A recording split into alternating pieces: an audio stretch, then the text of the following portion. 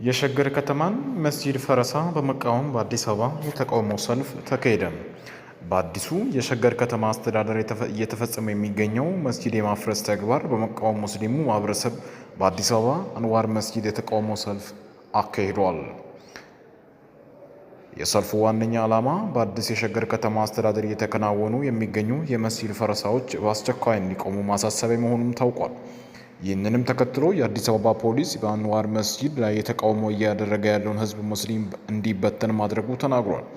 የኦሮሚያ እስልምና ጉዳዮች ከፍተኛ ምክር ቤት ግንቦት 15 2015 ዓ.ም በሰጠው መግለጫ በከተማ አስተዳደሩ እየተካሄደ ያለው የመስጂድ ፈረሳ የወገዘ ሲሆን ዛሬ ግንቦት 18 2015 ዓ.ም በኦሮሚያ ክልል በሚገኙ ከሁሉም መስጂዶች የጁምዓ ኩጥብ መልእክት በከተማ አስተዳደሩ የተከናወነ የሚገኘው የመስጂድ ፈረሳ የተመለከተ እንዲሆን ማሳሰቡን መዘገባችን ይታወሳል።